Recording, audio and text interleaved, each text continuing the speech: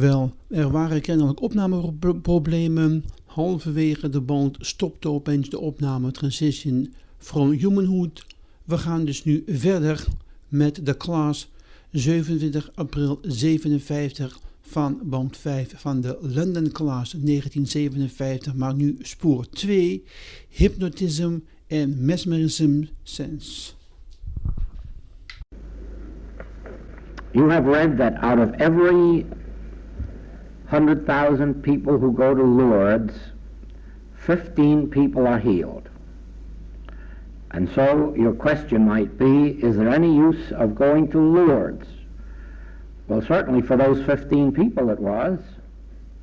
And probably even the other 100,000 received some measure of help of which we know nothing, because all help can't be measured by physical healing. So the question is, if you could ascertain what degree of help they received, and that would satisfy you, the answer is certainly go to Lourdes or have communion.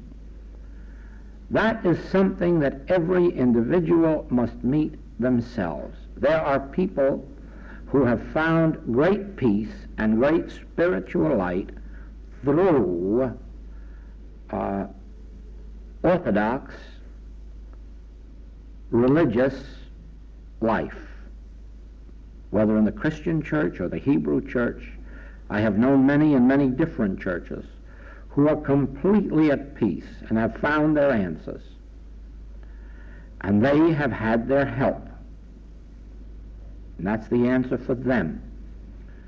For many of us, even if we had a physical healing, mental or moral or financial healing, it wouldn't satisfy us, because we would be like, was it Brother Lawrence who said, or St. Francis, that my soul will never rest until it rests in thee. And so it is that many of us will say to you that for us there is no fulfillment until we are at home in God, and nothing less will satisfy. So all these things are matters of individual experience. I answered this about the progress being made with the little children. Yes, progress is being made.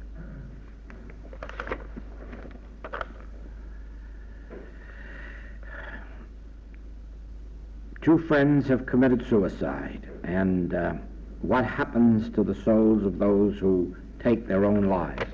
You are coming into the realm of conjecture, and there's only one answer that we can be absolutely sure of, and that is this, that each individual, whether on this plane or another, has to work out their own salvation until they find themselves at home in God. Now, whether you work out your problem on this plane and face every difficulty as it comes up until you find yourself at home, or whether one finds that the struggle is too hard and commits suicide, they still have to work it out. Nobody's going to go to heaven just because they shoot themselves. That's certainty. Each one still has to work out their own salvation, and the more problems you give yourself, the harder it is. So the best thing to do is to be satisfied those you've already got are hard enough. Don't take any more on your shoulder. But nobody's ever going to be happy. Nobody's ever going to be content. Not if they demonstrate all the money there is, not if they demonstrate being president 4 times. Even then, they're going to die unhappy. Nobody's going to be satisfied with health. Nobody. In the end, everyone has to find an inner peace. Never forget that. The great of the world have not found peace. Uneasy lies the head that wears a crown, they say. And certainly that is true, that the higher one's human responsibilities, the less peace there is, unless they can approach their responsibilities from the standpoint of the Father within me, he doeth the works. You know, someday the presidents of the world, the prime ministers of the world, whoever the great leaders of the world are, must all be men and women of deep religious bent. Otherwise there will be no hope for humanity, because the problems of the world are going to be solved by the religious practice of finding oneself in God. There are no such things as treaties to solve anything but temporary problems. You probably read in the paper this morning that the question of treaties or new agreements with Russia came up. And the article, the editor brought out that so far Russia has never honored a single written or spoken agreement. I know, but who has? Who has? Isn't that the history of the whole world of governmental affairs? Broken treaties, broken covenants, broken words. Oh, probably not to the extent that Russia has, but enough to keep the world in turmoil. Every nation is guilty of it. Every nation has been guilty of it. There hasn't been a pure nation on the face of the earth. And there never will be, as long as their reliance is on material power. There never will be. They all have to deviate. That's the lesson that we're learning from the news in the paper right now. A few weeks ago, the President of the United States stood foursquare on the fact that there mustn't be any armed intervention. We must settle this thing peacefully. And so now the 6th Fleet of the Navy's on the way to... You see what I mean? That as long as your reliance is on force, ultimately you have to break your own word. You can't help it. It isn't that you want to. It isn't that Mr. Eisenhower isn't a perfectly well-meaning man and a man of religious inspiration. But his religious inspiration isn't enough to carry a whole nation or a whole world. And so it is.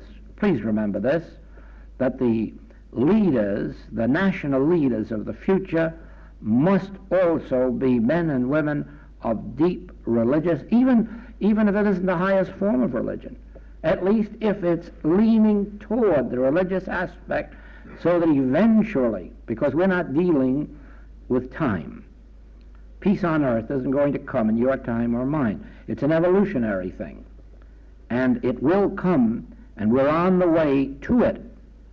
But we're on the way to it only because it is more and more recognized that force isn't the matter, or rather matter and force isn't the answer. And so now the world is turning to spiritual thought. Well, of course, they haven't found the spiritual formula, because they'd have to go all the way back to Jesus Christ to find it. And they haven't turned back the pages yet. Now, will you please explain Ephesians? Put on the whole armor of God, that ye may be able to stand against the wiles of the devil. For we wrestle not against flesh and blood, but against principalities, against powers.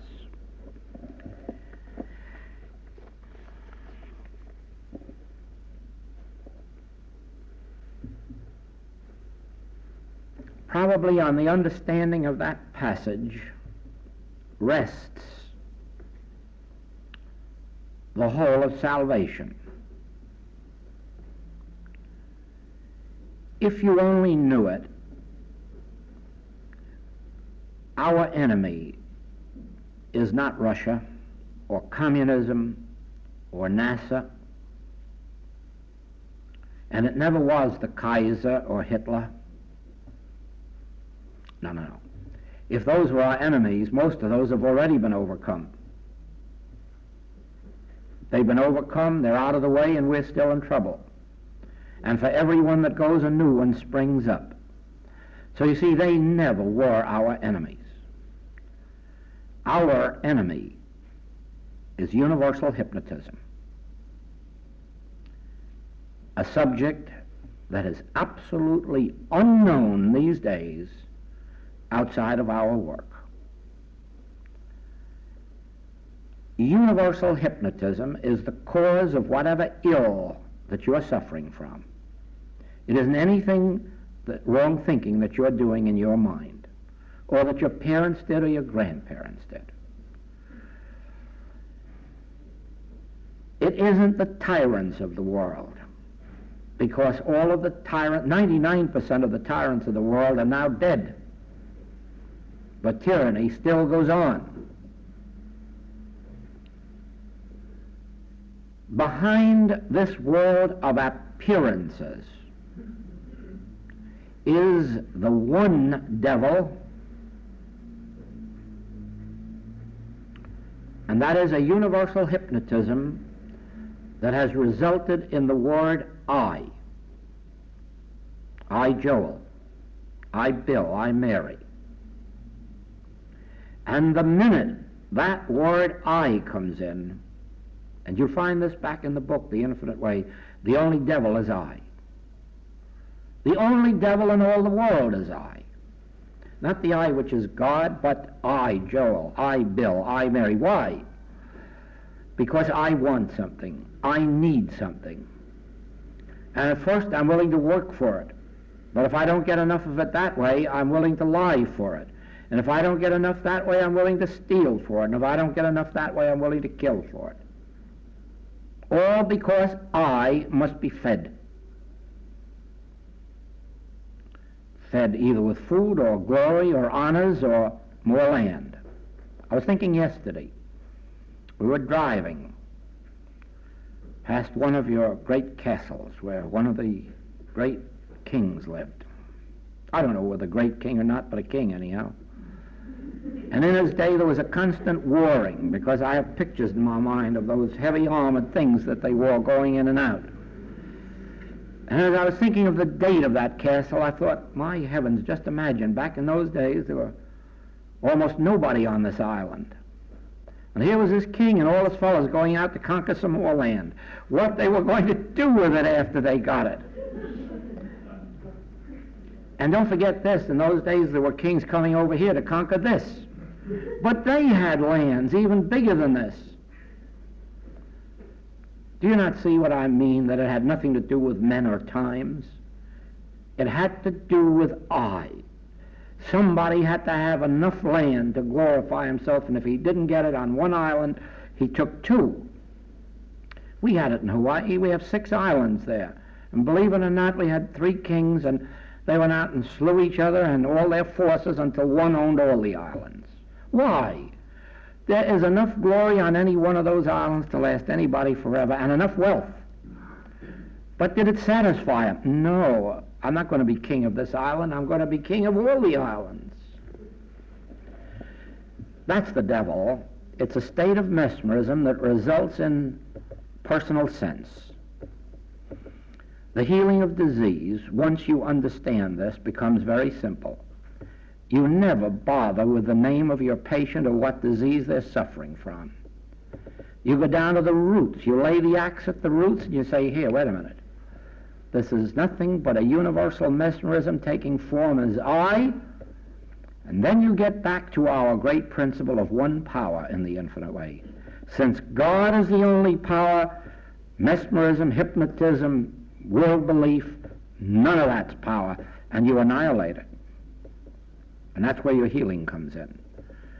It hasn't anything to do with whether your patient is suffering from rheumatism or unemployment. It has nothing to do with whether they're suffering from a right leg that's bad or a liver that's bad. Behind the whole thing is a universal hypnotism resulting in the word I. And when you know that, and then begin to analyze hypnotism itself and see that it's just a mental power that isn't a power, except where it's accepted. That's what constitutes the mind of a healer, the one that will not accept hypnotism as a power. Now let me show you what I mean. We have the illustration in our writings of the hypnotist who makes his stooge see a white poodle. And so we have our stooge, and he says, oh, I've got a white poodle. Help me get rid of him. Who is the only person who can help him? The one who isn't seeing a white poodle. The one who can say, why, there are no white poodles, that's just a state of hypnotism. That breaks the hypnotism. That breaks it. The white poodle is a decoy, and if you see it and try to remove it, you're hypnotized too. And if you're trying to heal your patient's rheumatism, or your patient's unemployment, or your patient's cancer, you're hypnotized too. And it's the blind leading the blind. When you can look at any form of sin, disease, death, lack, and limitation, and see that it isn't there at all, there's nothing but a hypnotized person in front of you, and then realize that, you break the hypnotism for them. That's the end of the spell. When you can deal with nothing but hypnotism. You'll find that in the writings. More especially, you'll find it in what we call the practitioner's chapter, the New Horizon in the Infinite Way, in which we are taught, and that's our practitioner's Bible, that chapter, in which we are taught never try to improve humanhood. Improved humanhood isn't any more spiritual than bad humanhood. As a matter of fact, bad humanhood leads to spirituality better than good humanhood does. The good humans don't need it so much. But try to understand this. You are never dealing with rheumatism. You're never dealing with cancer. You're never dealing with lameness or polio. You're never dealing with deafness or blindness. You're never dealing with unemployment. You're never dealing with lack. All you're dealing with is the hypnotic appearance of those things bound up in a person called I. I, Jim. I, Bill. I, Mary. I, Joel. Now, once you see that sin, disease, death do not exist as form, you've conquered it. Now back to our story. Can a hypnotist make a white poodle? No. All they can do is create a mental image of it in thought, and then only to the person who is hypnotized. And so I say to you, there is no such thing as physical disease.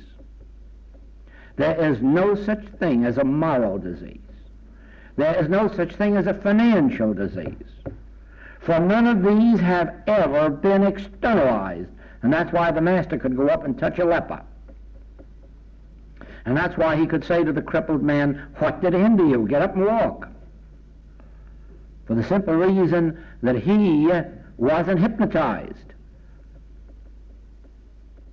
But anybody that looks for a mental cause for a physical disease is just as hypnotized as the patient. Anyone that blames a patient for their troubles is just as hypnotized as the patient.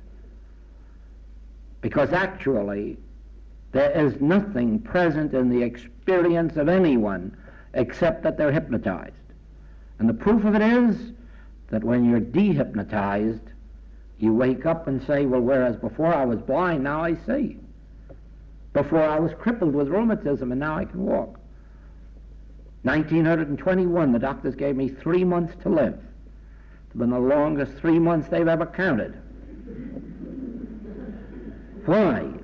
Because the thing that they said was there and real was proved by a competent practitioner to be not there and unreal. What was there?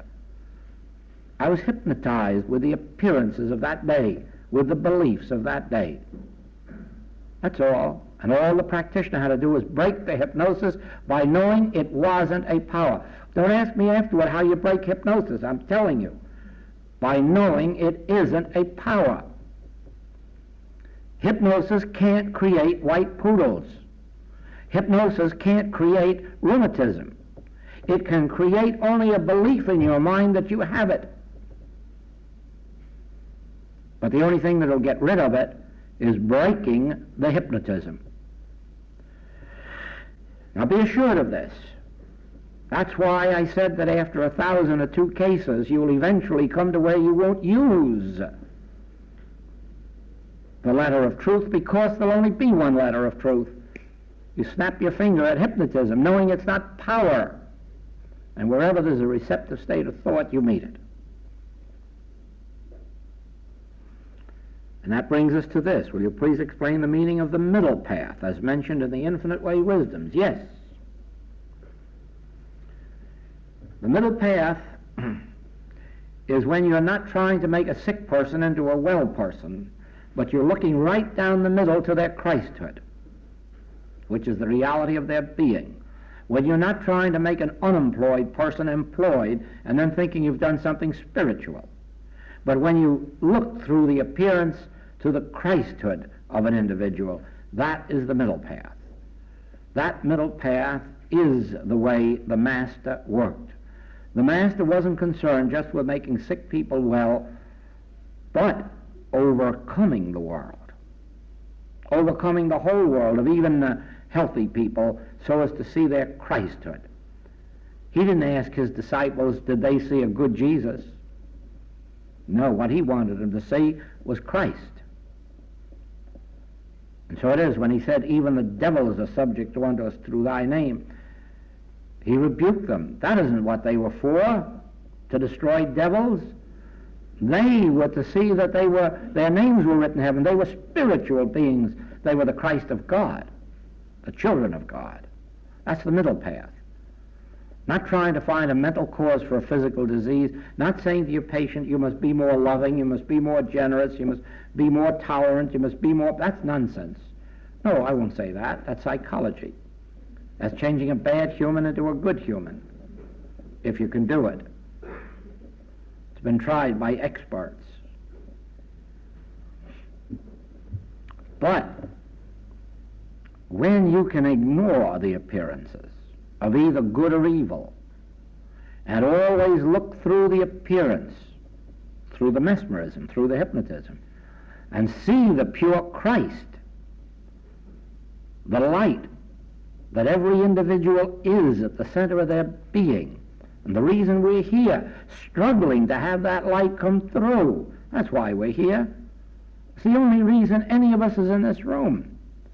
We want our Christhood to escape from its shell in there and come out into visibility, and we know that by being in company like this, we're having the help of each other.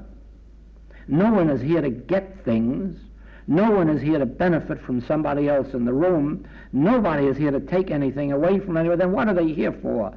To share whatever light of Christ is within them. Whether it's student or teacher, that's the truth of what's going on in this room. The desire that our Christhood may be brought to light. And so it is. When you look up here and you don't see a man sitting in a chair, but rather say, no, no, no. That's some state of God consciousness that's been lifted up to reveal light. And I look out there and say, no, no, no, these are not men and women. This is not male and female. This is the child of God struggling into expression. Then we're helping each other. We're praying for each other. And where two or more are gathered together, we're going to succeed. It isn't going to be quick. It isn't going to be overnight. When it does come, it's going to come in the twinkling of an eye. When it does come, it's going to come in a flash. But leading up to that point is where our work comes in. But always remember this.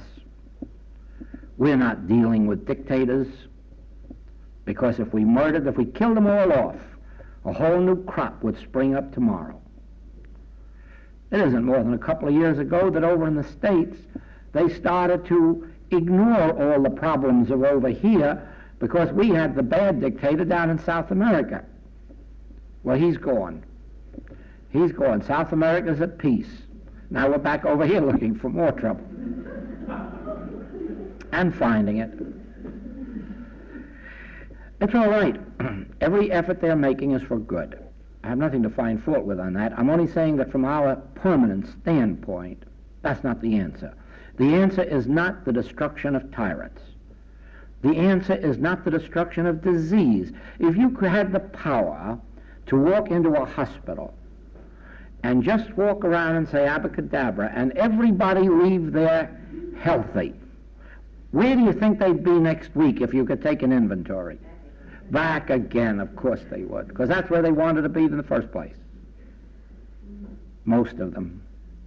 Don't ever forget this.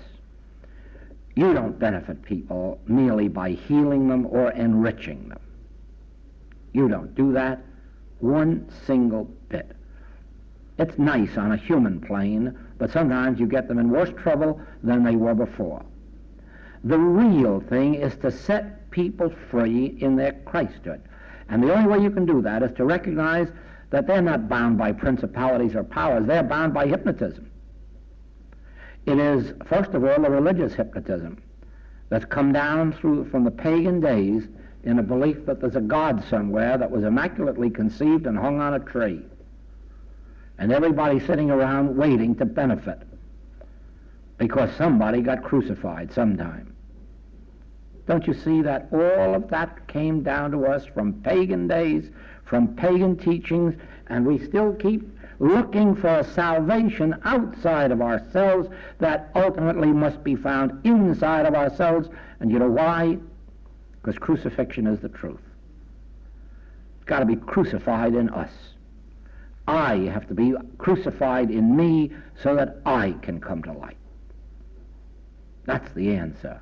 Not waiting to benefit by somebody else's crucifixion, but to be willing to be crucified oneself so that their Christhood can come to life and be revealed. So it is. Begin. I knew that this class something was happening in it. I knew it was, and it is. We were coming out into adulthood, spiritual adulthood. When I can say to you, in a class this large, stop this warring against rheumatism and cancer and consumption and tyrants, stop it. And begin to understand that this world is a victim of hypnotism and lay the axe at the root. And just know that hypnotism never did produce a white poodle or a cancer or consumption or a tyrant or tyranny. That's the belief that's binding us, the belief that these things are real. Now, we are the only ones who can meet the world situation because we are not going to war with men or sins or diseases. We are going to realize that behind all of this trouble in the world is the hypnotism that results in the personal sense of I. And we're going to know that hypnotism isn't a power. It's only accepted by the deluded. And the moment we realize that since the I of me is God, I can't be deluded. There was a time when aviators were captured and hypnotized to give answers, and one of the solutions found was to teach these men that when they were captured, or if they were captured, to just keep remembering 2 times 2 or 4. And that works. If only you can hold one statement of truth in your mind, you can't be hypnotized. And that is why the basic principle of the infinite way is abide in the word of truth. If you only know one passage, abide in it. You will never be hypnotized if you can keep truth active in your consciousness. And if you do get temporarily hypnotized, some one of us will come along and lift you out. But if you are just sitting back in mental fogginess or mental laziness and expecting someone to break the hypnotism for you, it won't work. But if you yourself are holding to passages of truth, morning, noon, and night, meeting situations with truth in your abide in the Word and let the Word abide in you. Those that dwell in the secret place of the Most High, none of the evils of the world will come nigh their dwelling place. That's the whole secret. Thou wilt keep him in perfect peace whose mind is stayed on thee. Acknowledge him in all thy ways, and he will give thee rest. The Bible is full of it. Keep your consciousness filled with statements and realizations of truth, and you can't be hypnotized with error. If you know 2 times 2 is 4, you can't be made to accept 2 times 2 is 5. If you can be made to understand God is the only power, nobody can hypnotize you, because you won't give power both to God and hypnosis. It's only when you have to... Why do you think we stress page after page after page that there's only one power? Because the world acknowledges the power of hypnotism, and it lets itself be hypnotized morning, noon, and night. One day it's with a fear that, well, didn't we read in this morning's paper here? They have a remedy and a prevention for polio, but if they give it at the wrong time, the puncture will make you have polio. Oh, what kind of hypnotism is it? It cures you, it prevents it, and it gives it to you. How many different ways can you be hypnotized with the same remedy? It's both a cause and a cure and a... Now let's get back. Do you not see that every minute of the day there is a hypnotism at work? And you have only one remedy, truth. Ye shall know the truth, and the truth shall make you free. Where the spirit of truth is, there is liberty. In the presence of truth, there is fullness of life. Abide in the secret place of the Most High, truth, and none of the evils will come nigh thy dwelling place. Let this word of truth abide in you, and you abide in this word of truth, and you will bear fruit richly. It's a principle given to us of old time by the greatest spiritual masters of all time, that if you keep your consciousness filled with truth, the hypnotism of this world cannot come upon you, and you'll be able to say, I have overcome the world. The world consists of a mesmeric influence, and it results in the word I. Now there is a time on your spiritual path when you reach the stages of mysticism, when to a great extent that word I disappears from your experience. I say to a great extent. It doesn't disappear entirely until the ascension, above all material sense. But at least it disappears in this degree that you no longer say, I want to be healed, or I want to be enriched, or I want to be employed. You never think of truth in connection with I. You think of it always as principle. In other words, your own life, your own self, your own affairs are forgotten. You are engaged in the activity of a principle. And it was Saroyan who said, we only go along for the ride. And it's really true. It's this principle that lives, and we go along as beholders, watching it at work. And that is why the mystics never have to be concerned about their supply or their health. They have come to a place where they never allow themselves to intrude into their thought any more than the fact that they have to bathe or eat and probably have a place to sleep. Everything that comes into their experience, even the bathing and the eating and the sleeping, is theirs by grace. They don't have to take thought for it. And so it is. Now let's see what we can do here.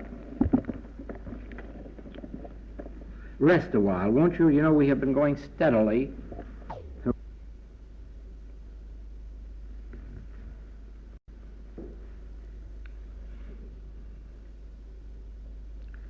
And so as we are faced with the problems of everyday living, whether on a personal scale, community scale, national or international, let our quick remembrance be this.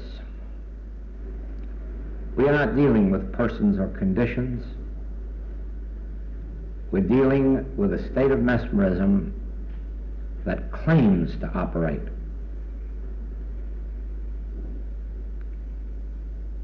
As discord, inharmony, injustice, sin, disease. But hypnotism can produce nothing more real than a mental image and thought. It can't produce a person, a condition, or a thing. It is in fact nothingness in light of the fact that God, the light of my being, is the only power. Remember that you must never separate yourself from God. When you bring the word God into the picture in your meditations or treatments, please remember always that you're speaking of the presence and the power that's already within you. And above all, don't believe for a minute that you have to conform to something to make it operate. In other words, don't believe that if you sinned an hour ago that it won't operate for you. Don't believe that if you forgot the things that you should have remembered that it won't operate for you. Because the secret is that it never stops operating. There is no God that can withhold from you. There is no God withholding anything from you. So don't have a condemnation feeling, self-condemnation, or unworthiness, or unrighteousness. Begin where you are as of this minute, even though your sins are scarlet. Begin where you are this second, and realize that God at the center of me, the light within me, annihilates every picture that hypnotism can paint. Always remember that you have no enemies, not even your own sins. You have only to realize God in the midst of me is mighty. He that is within me is greater than he that is in the world. He performeth that which is given me to do. He that is within me, perfecteth that which concerneth me. And if my sins are scarlet, I'll be white as snow.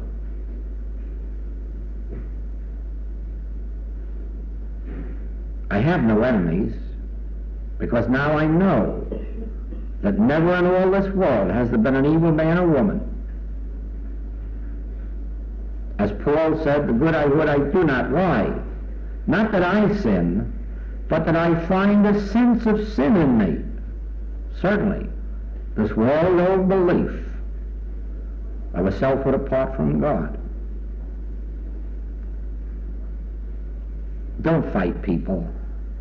Don't fight conditions. Don't fight sins. Don't fight diseases. Sit back. The Lord at the center of my being, is my shepherd. I shall not want. He leadeth me beside the still waters. He maketh me to lie down in green pastures. For the Lord is my shepherd. He knoweth my needs before I do. It is his good pleasure to give them to me. Even to the prodigal son, even to the woman taken in adultery, even to the thief on the cross. It is his good pleasure to give me the kingdom. And in giving me the kingdom, all the product, the results of hypnotism are wiped out. No longer do I war with people or things or conditions. Now I sit back and rest. Thank thee, Father, thou hast shown me the truth. There is no sin. There is no disease. There is no death.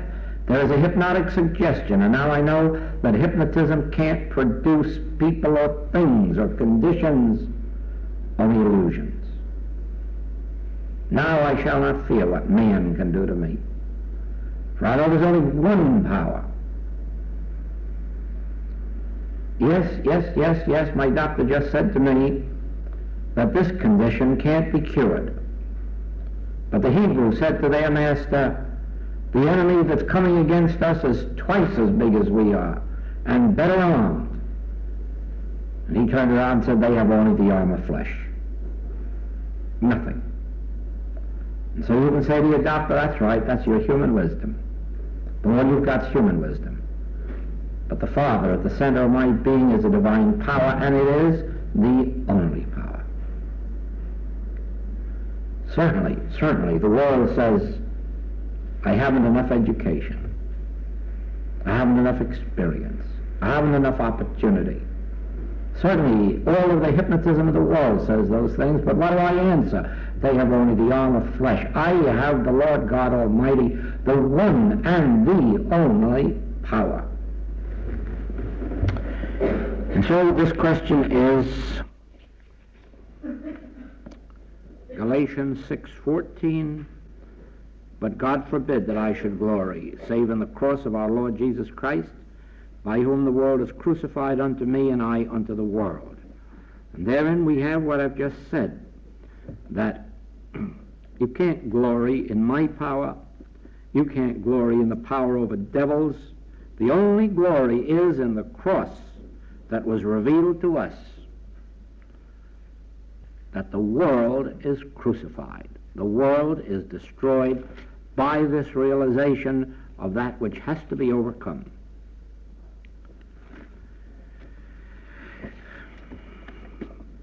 James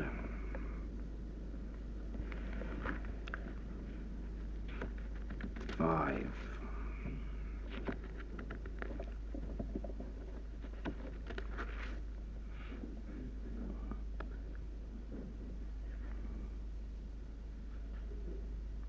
And the prayer of faith shall save the sick, and the Lord shall raise him up, and if he have committed sins, they shall be forgiven him. Confess your faults one to another, and pray one for another, that ye may be healed. The effectual, fervent prayer of a righteous man availeth much. Do you not see this? That if you know this truth, if you know this truth that has been given in this class, rest assured you are a righteous man. You have right knowledge, right understanding, right spirituality, and your prayer will heal the sick.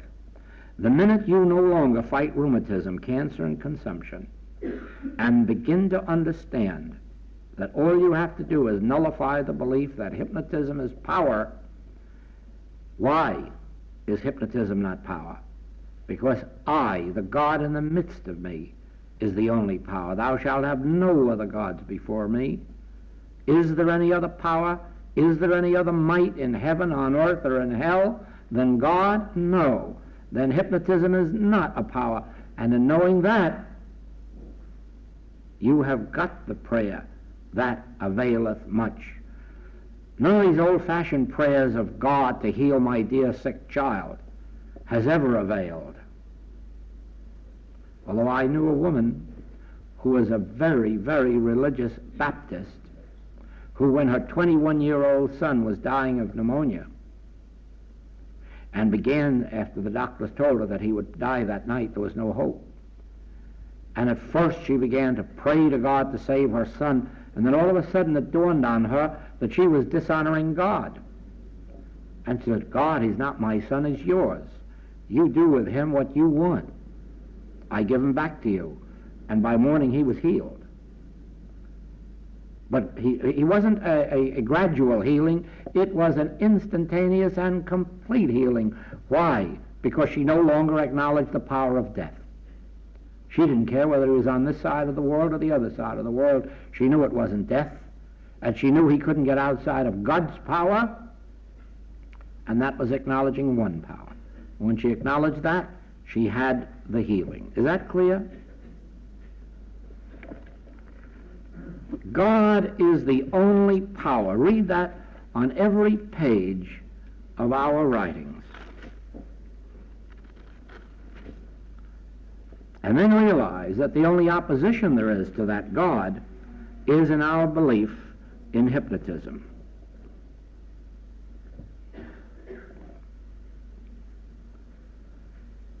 He that believeth on the Son of God hath witness in himself. He that believeth not God hath made him a liar. I guess that's it. 1 John 5, 10b. Wait a minute. 10b. I don't have any b. He that believeth on the Son of God hath witness in himself. Well, I don't have any B in here, but evidently what we're dealing with is that he that believeth on the Son of God hath witness in himself. Isn't that clear that if you actually believe and understand that we are the Son of God, that you have witness within your own self, as Peter did, who do men say that I am? A resurrected Hebrew prophet. Who do ye say that I am? Ye, my disciples. Oh, says Peter, thou art the Christ. That's it. You have borne witness. Now you have witness in yourself to Christhood.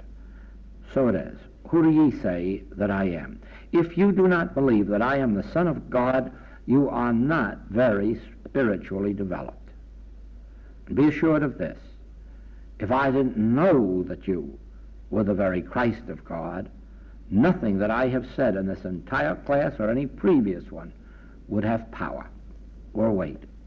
The only weight my words have is because it's backed up with a conviction that you are not men and women as you seem to be, but that you're the very Christ of God, and that you will come to that realization in proportion as you refuse to let yourself be hypnotized by appearances.